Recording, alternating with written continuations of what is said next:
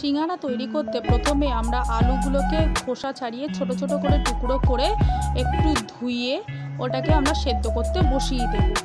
তারপর ওইদিকে সেদ্ধ হতে হতে আমরা এদিকে একটা থালা বা কিছুর মধ্যে নিয়ে ময়দাটাকে ভালোভাবে মেখে আমরা ওটাকে একটা বড় ডো হিসাবে রেখে দেবো। তারপর আলু ওখানে সেদ্ধ হয়ে এলে আলুর মধ্যে হলুদ গুঁড়ো, লঙ্কার গুঁড়ো, জিরে গুঁড়ো আর ধনে গুঁড়ো আর অল্প পরিমাণে নুন দিয়ে, যাতে নুনটা বেশি না হয়ে যায় সেই হিসাবে আমাদের নুন দিয়ে ওটাকে ভালোভাবে আলুটাকে আমরা মেখে নেব।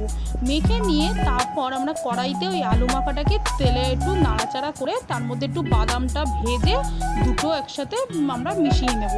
মিশিয়ে নিয়ে তারপর আমরা যে ওই বড় ডোটাকে করে রেখেছিলাম ময়দার, সেটাকে আমরা ছোট ছোট আকারের ডো করে সেটাকে পাতলা করে বেলে তার মধ্যে পুর একটু বেশি করে দিয়ে আমরা সিঙ্গারার আকারে ওটাকে তৈরি করে নেব।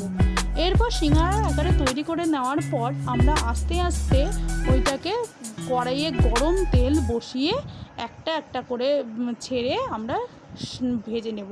সে ভেজে নেওয়ার পর তারপর আমরা চাটনি হোক বা এমনি যে কোনো চাটনি, টমেটো চাটনি, ধনেপাতা চাটনি, যা কিছু দিয়ে আমরা সার্ভ করে দেবো।